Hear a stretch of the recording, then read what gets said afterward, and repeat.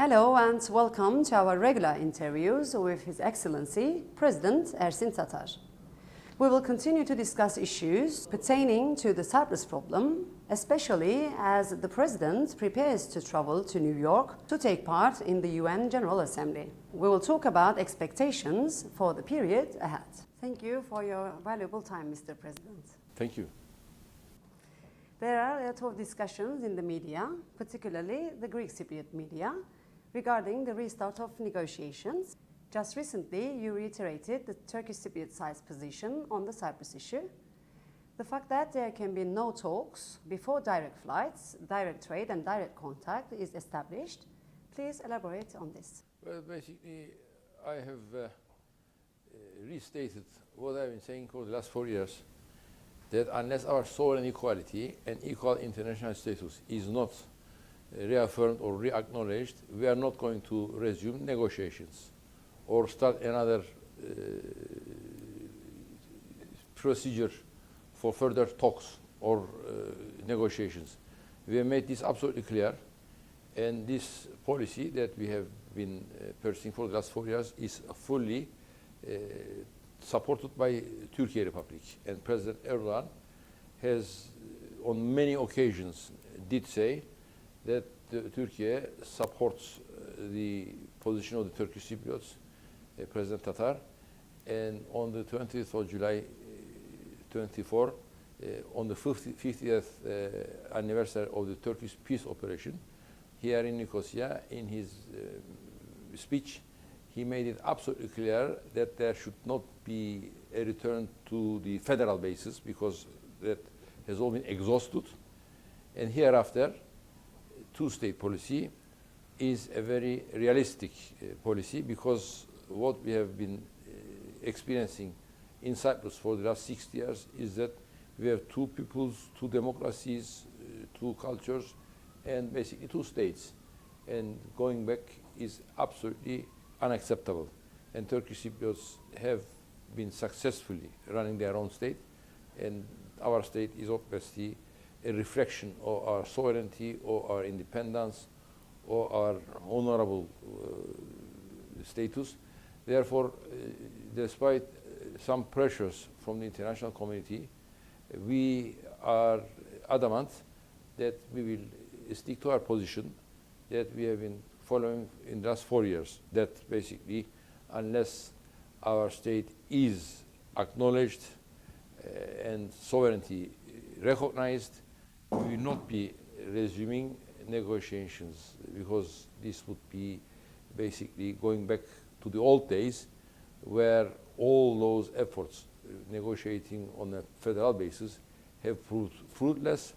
And basically we say that there is no point going back, because we know that because they are the Republic of Cyprus and we are just a community under isolations according to them and according to the United Nations, that means we are not really sitting at the table on an equality basis.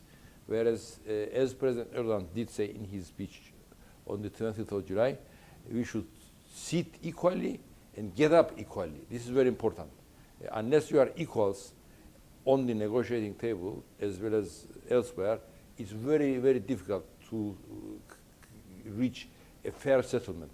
The settlement in Cyprus that we want is basically, it should be just, it should be practical, and should be sustainable. It's very important that it's sustainable, because in 1960, we all experienced, as you know, a very successful negotiation, and the Republic of Cyprus was founded, and everybody was very joyful that at the end of the day, three guarantor powers, Turkey, Greece, and the United Kingdom, together, they managed to get the two communities together in the Republic of Cyprus, and them all guarantor states, and it looked very successful from the outside. But it only took 3 years, even less than that.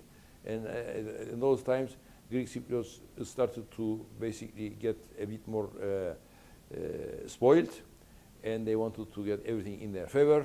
They wanted to amend the constitution because they didn't want the Turkish Cypriots to be as equal as Greek Cypriots. They saw themselves as superiors.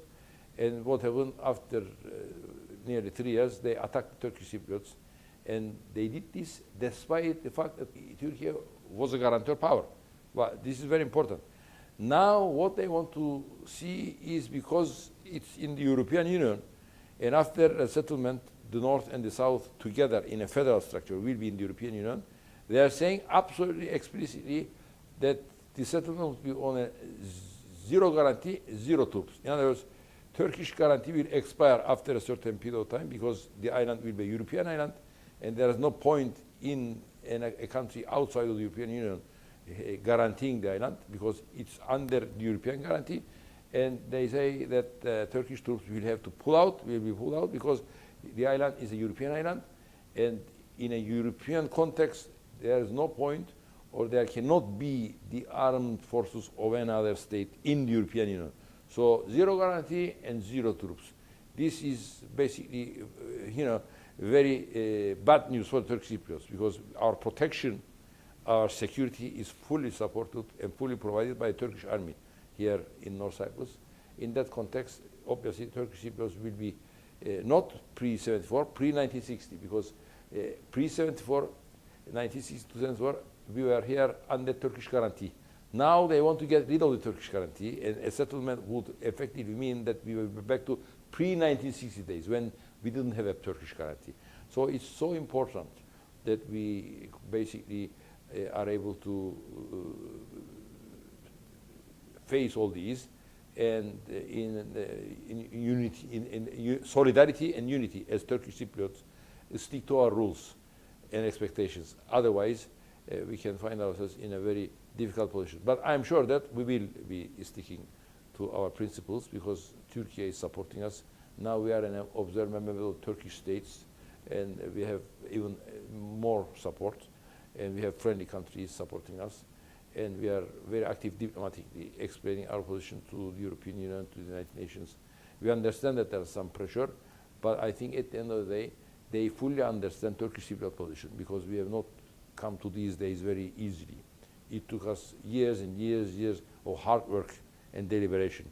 And now I am very happy to announce to you that everybody in the world who is interested in the Cyprus problem, here and there, they know that the Turkish position is a two-state solution. And they know that we have had two states in Cyprus for the last 60 years, that the state in the south is a Greek Cypriot state, that the state in the north is a Turkish Cypriot state.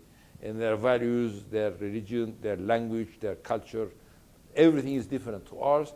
And therefore, United Nations principles and memorandum saying basically that any different people has self-determination rights. In other words, we should be able to determine our own future.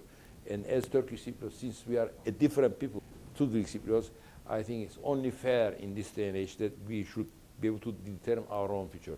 If we are united in a federal context, we will not be able to decide our own future, because the majority will dictate their terms on the minority, the Turkish Cypriots, according to them. But we will never accept that we are a minority. We are co-founders of the Republic of Cyprus. We are not a minority. We are equal people to the Greek Cypriots. This is, in a nutshell, our position.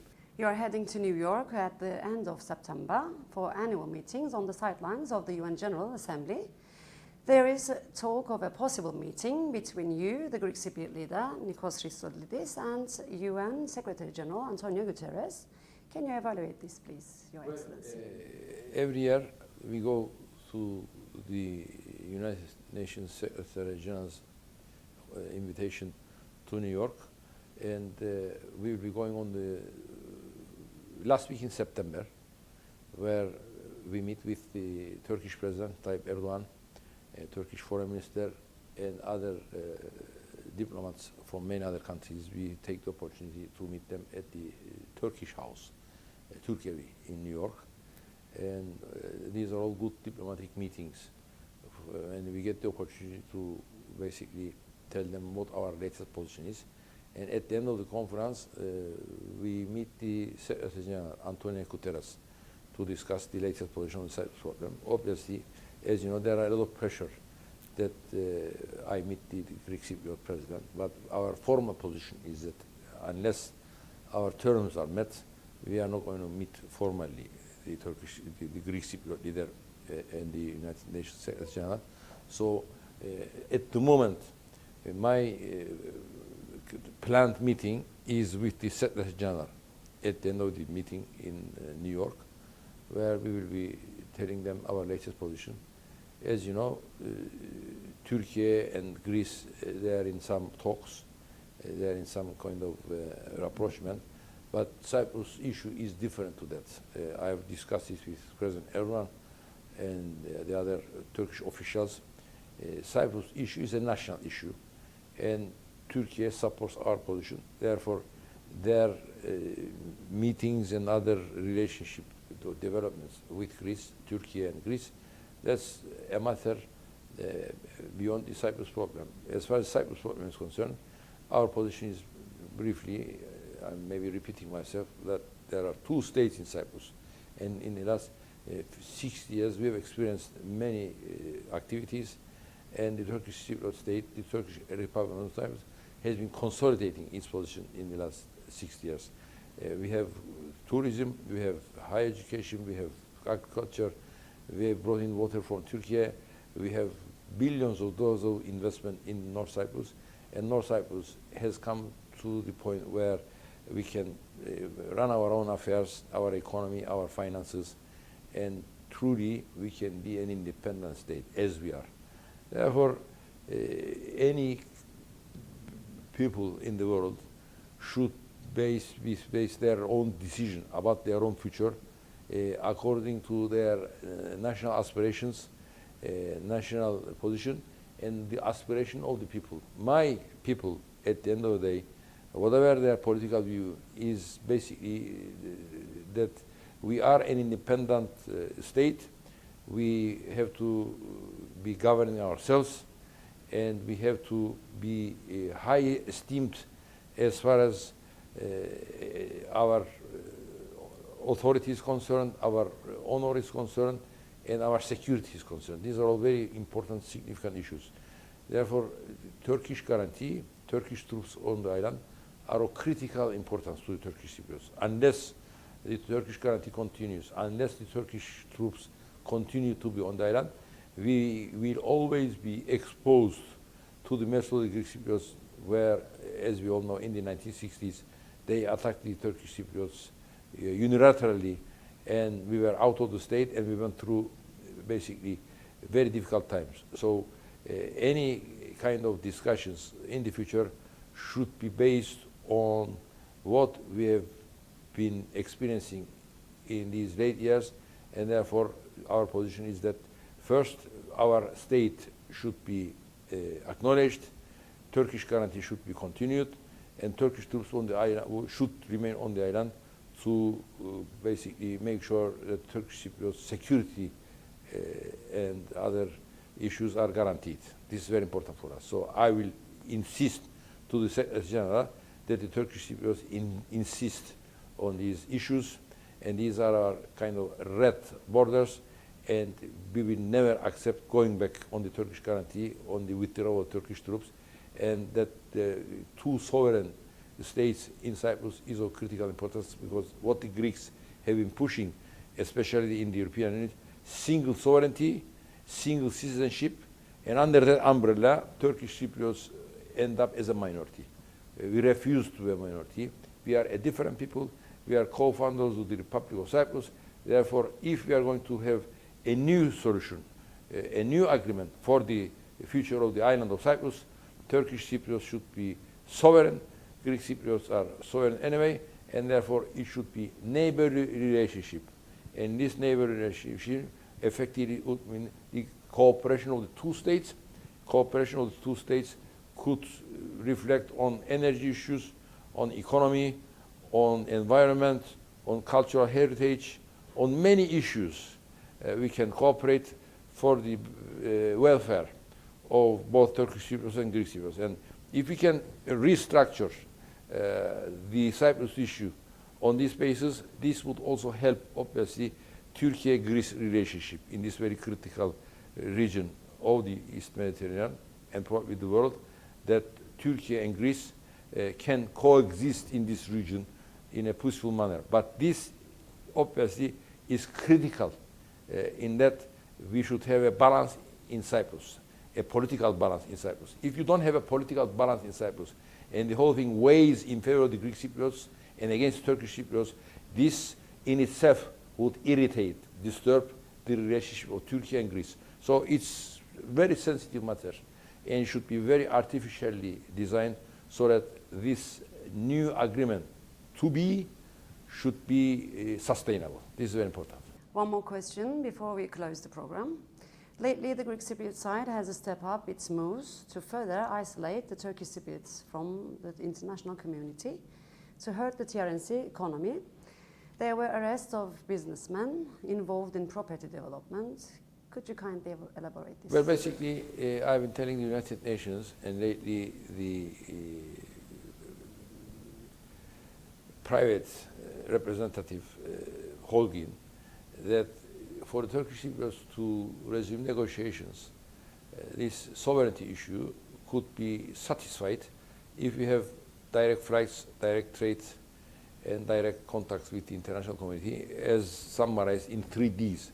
But unfortunately, not only they have not accepted to lift these embargoes on Turkish Cypriots, but they have increased their bitterness in that they have been hurting our property market, they have been hurting our tourism market, and they are doing other, according to me, stupid things to irritate the Turkish Cypriots, to irritate our sectors, to kind of deliberately to damage our economy.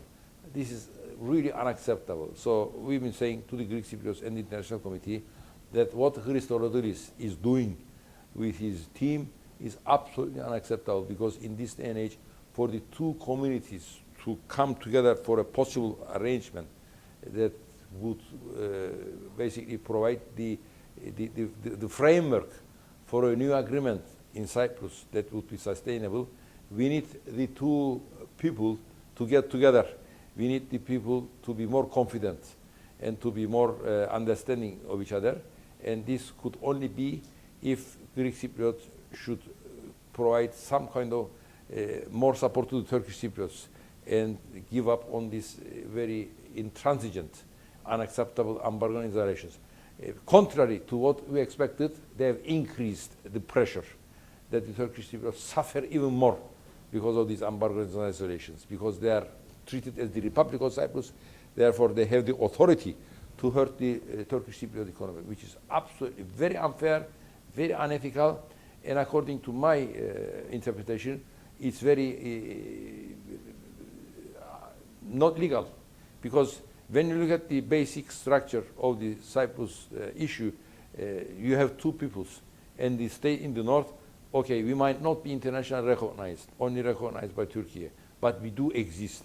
And my people, Turkish Cypriots, since 1571 are on this land, and we have been able as a community of people to survive, and we have vested rights. What I say about vested rights is very important, because vested rights emanate from international agreements, and Turkish Cypriots have vested sovereignty rights emanating from the 1960 agreement. Even it goes back to Lausanne agreement, but especially the 1960 agreement.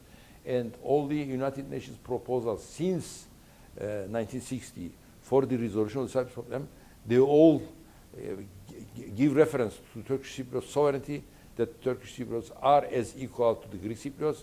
Therefore, after all these years, how can you say that the sole authority in Cyprus is the Republic of Cyprus, and what the Republic of Cyprus would dictate about property, about tourism, about travel, it would subordinate in a way the Turkish Cypriot authority, and what they say will be the rule of the law, and they would suffocate the Turkish Cypriots.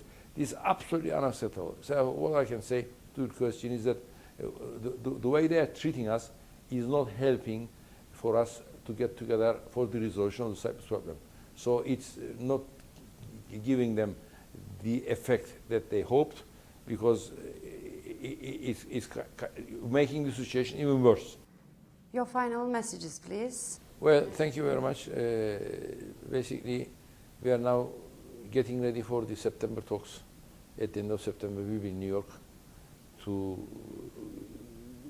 as Turkish Cypriots, to be there and get together with the United Nations Secretary General and meet other diplomats, including President Erdogan and the other officials.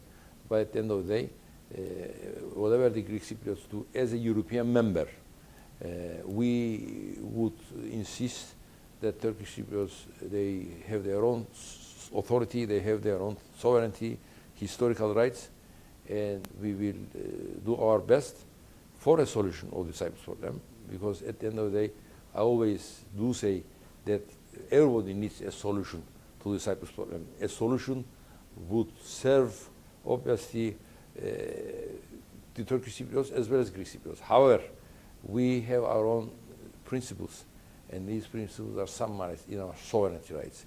If our sovereignty rights are not re-acknowledged or reaffirmed, there is no way that we can resume negotiations, because otherwise we would see that the Greek Cypriots would dictate their terms and try to dominate a future arrangement, and the Greek Cypriots would dictate the terms of the game. Therefore, unless we have our own sovereignty re-acknowledged, we cannot resume negotiations, because to be able to get our equality, sovereign equality, which is emanating from the 1960 Constitution, we should continue to insist on the recognition, re-acknowledgement, reaffirmation of our sovereignty. This is of critical importance. There was sometimes we have a lot of criticism from our own people because of some economic difficulties, that somehow we should get to the negotiating table. Our position, with the full support of Turkey, is that these have all been experienced before, and they have proved to be fruitless. No results have been achieving, because the Greek Cypriots, they insist that the federalism that they believe is basically Greek domination of the island, especially within the European Union context. So the Turkish Cypriots, especially with the European Union dimension added to the problem, we should be very careful, so that we insist on sovereignty, and if there is ever going to be a solution, this should be a two-state solution. Otherwise, we would lose our fight, especially that Turkey Republic, our motherland, is not in the European Union, and I cannot see how in the near future Turkey can be in the European Union, despite Turkey is obviously doing her best to improve her relationship with the European Union, but that does not mean that Turkey will become a full member of the European Union, which might somehow change the rules of the game.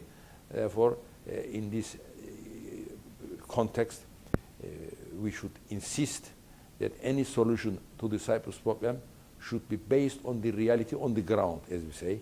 The reality on the ground is that we have two peoples, they are both sovereign, and they're in the south Greek Cypriots, in the north Turkish Cypriots, and any kind of just, fair, and sustainable solution should be based on a two-state solution. Thank you for giving us this opportunity, Your Excellency.